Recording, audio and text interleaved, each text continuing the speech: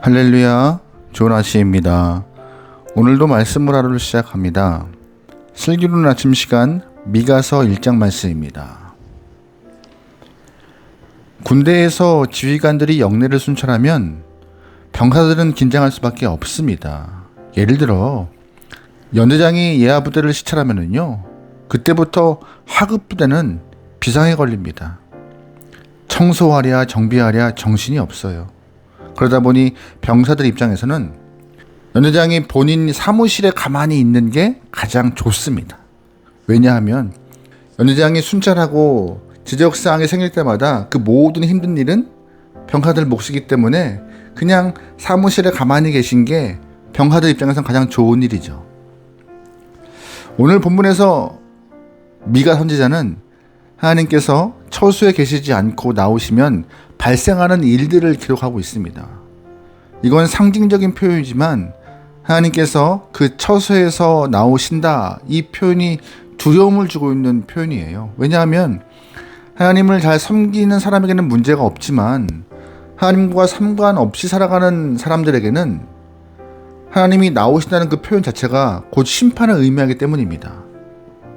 그러기에 오늘 이 미가 선지자 입을 통하여서 하나님께서 처소에 나오시면 어떤 일이 벌어지는지, 또한 우리는 처소에서 나오시는 하나님을 어떻게 맞이해야 되는지 배울 수 있는 귀한 시간 되면 좋겠어요. 미가 선지자는 남유다에서 예언했습니다. 그는 자신이 예언한 시대를 이렇게 정리했어요. 1절 말씀이에요. 이것은 주님께서 사마리아와 예루살렘이 어찌 될 것인지를 모레셋 사람 미가에게 보여주시면서 하신 말씀이다. 그때는 유다 왕 요담과 아하스와 히스기야가 대를 이어가면서 유다를 다스리던 기간이다. 아멘. 미가는 남유다의 요담, 아하스, 히스기야 시대 때 예언한 인물입니다. 동시대에 함께 예언한 사람은 이사야였어요. 이사야 선지자는 왕족을 중심으로 주로 왕실을 향하여서 예언을 했다면 미가 선지자는 백성들을 중심으로 예언한 인물입니다. 미가는 남유다를 중심적으로 예언했지만 타락한 북이스라엘 향하여서도 예언을 했고, 북이스라엘이 멸망할 때 북이스라엘을 멸망시킨 아수르, 즉 아시리아가 남유다를 침략할 것이라고 예언을 하는 경우도 있었습니다. 미가는 예언을 시작하면서 하나님께서 자기 처소에서 나오실 것이라 말하고 있어요. 3절 말씀이에요. 주님께서 그 처소에서 나오시어 땅의 높은 곳은 짓밟으시니 무산이 그 발 밑에서 녹고 평지가 갈라진다. 불 앞에 밀소처럼 녹아내리고 비탈길로 쏟아져 내리는 급류 같구나. 아멘. 그러니까 하나님께서 자신의 처소에서 참으시다가 이제 나가서 악한 영혼들을 심판해야 되겠다 결정하신 이후 처소 밖으로 나오셨다는 이야기를 하고 있는 것이에요. 잘 보시면 하나님이 나오셔서 산들을 밟자 모든 것이 물같이 녹아버렸다는 무서운 말을 하고 있습니다. 그럼 하나님은 누구를 왜 심판하실까요? 5절 말씀입니다. 이 모든 일이 일어난 것은 야곱의 죄 때문이며 이스라엘 집의 범죄 때문이다. 야곱의 죄가 무엇이냐? 사마리아가 아니더냐? 유다의 산당이 무엇이냐? 예루살렘이 아니더냐? 아멘. 하나님께서 참지 못하고 처소에서 나오신 이유는 야곱의 죄, 그러니까 유다의 산당 때문이라고 말하고 있습니다. 여러분, 야곱의 허물이 무엇입니까? 바로 사마리아예요. 사마리아는 북이스라엘의 수도이지만 당시 가장 더럽고 추악한 도시였습니다. 왜냐하면 여로보암 1세가 북이스라엘 왕이 된 이후 베델과 단에 금송아지를 세웠기 때문입니다.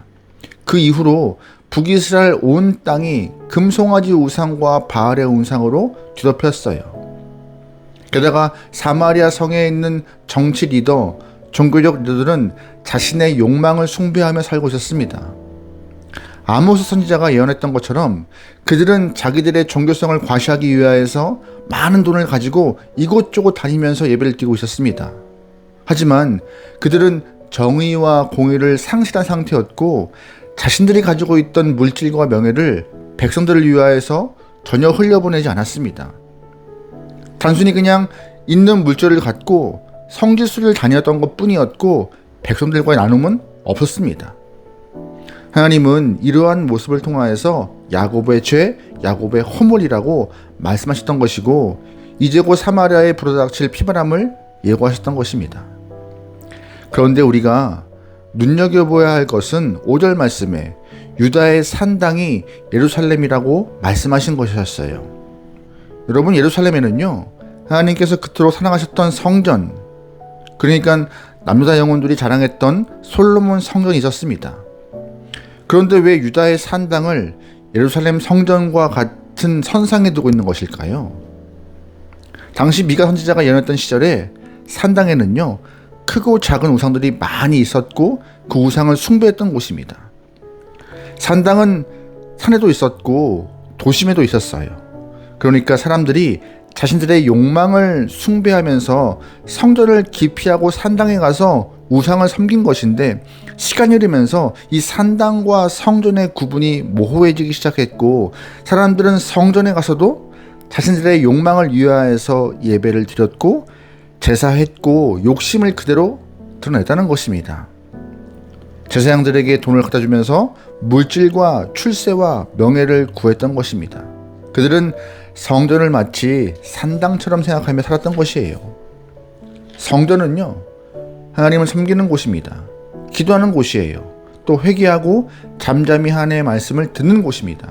그런데 미가 선지자는 당시 백성들이 성전을 산당처럼 생각했다고 말하고 있는 것이에요. 굉장히 심각한 죄입니다.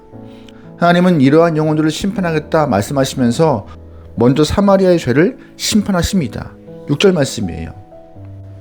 내가 사마리아를 빈들의 폐허로 포도나 각굴 밭으로 만들겠다. 그 성의 돌들은 골짜기 쏟아붓고 성의 기초가 드러나게 하겠다. 새겨서 만든 우상을 모두 박살내고 몸을 팔아서 모은 재물을 모두 불에 태우고 우상을 모두 부수어서 쓰레기 더미로 만들겠다. 몸을 팔아서 화대로 긁어 모았으니 이제 모든 것이 다시 창녀의 몸값으로 나갈 것이다. 아멘. 하나님께서 사마리아, 즉 북이스라엘을 심판하겠다 예고하셨고 결국 얼마 지나지 않아 이 예언과 같이 북이스라엘은 아수르 군대에 밟히는 일이 발생합니다. 베델과 단의 금송아지 우상을 세운 것과 사마리아에서 활동했던 이들의 죄악을 심판하겠다 말씀하신 것이죠. 동시에 예루살렘 성전을 산당처럼 만들어버린 남유다에 대한 심판도 예고하셨습니다. 미가 선지자는 미친 사람처럼 벗은 몸으로 다니면서 백성들에게 호소까지 하게 돼요. 8절 말씀이에요. 그러므로 내가 슬퍼하며 통곡하고 맨발로 벌거벗고 다니며 여우처럼 구슬피 울며 타조처럼 목 놓아 올 것이니 이것은 사마리아의 상처가 고칠 수 없는 병이 되고 그 불치병이 유다에까지 전염되고 기어이 예루살렘에까지 내 백성의 성문에까지 이르렀기 때문이다. 아멘. 선지자 미가는 미친 사람처럼 벌거벗은 몸으로 다니면서 백성들에게 하나님의 심판에 대해서 말하고 있고 백성들을 일깨우려고 노력하고 있습니다. 우리가 성전을 산당처럼 만든 죄로 인하여서 임박한 심판이 다가올 것이라 애통해하고 있는 것이었어요. 왜 미가는 미친 사람처럼 하나님의 심판을 심각하게 얘기했을까요? 성전이 하나님의 희망이기 때문입니다. 성전을 다시 살리기 위하여서, 게다가 성전이 타락하면 하나님도 더 이상 이 세상을 향하여서 미련을 두지 않기 때문에 미가가 애통했던 것이에요. 오늘 이 시대에도 같은 이치가 적용됩니다. 교회가 하나님의 마지막 희망입니다. 우리는 교회에서 욕심을 숭배해서는 안 돼요. 성전은 말씀을 듣고 기도하는 곳입니다. 선포되는 말씀을 듣고 말씀에 비추어 나의 잘못을 회개하고 돌이키고 결단해야 하는 것이죠. 그것이 바로 교회의 모습인 것이에요. 우리는 예배를 통하여서 오직 하나님께만 영광을 올려야 합니다. 예배와 말씀, 기도가 사라지면 교회는 욕망을 섬기는 산당이 불과한 것이에요. 우리가 어떤 마음으로 하나님의 교회에 나와야 할지 오늘 말씀은 방향을 잘 잡아주고 있습니다. 우리의 욕망을 하나님께 드러내지 않아야 하는 것이죠. 하나님은 욕망으로 드려지는 예배, 가증한 예배라 말씀하시면서 받지 않으십니다. 여러분, 그러기에 오늘 말씀처럼 우리의 교회를 산당처럼 만들지 마시고 하나님의 말씀대로 교회를 교회답게 빚어갈 수 있는 하나님의 귀한 영혼 되기, 하나님의 귀한 백성 되기를 주의로 축원합니다. 아멘. 기도하시겠습니다.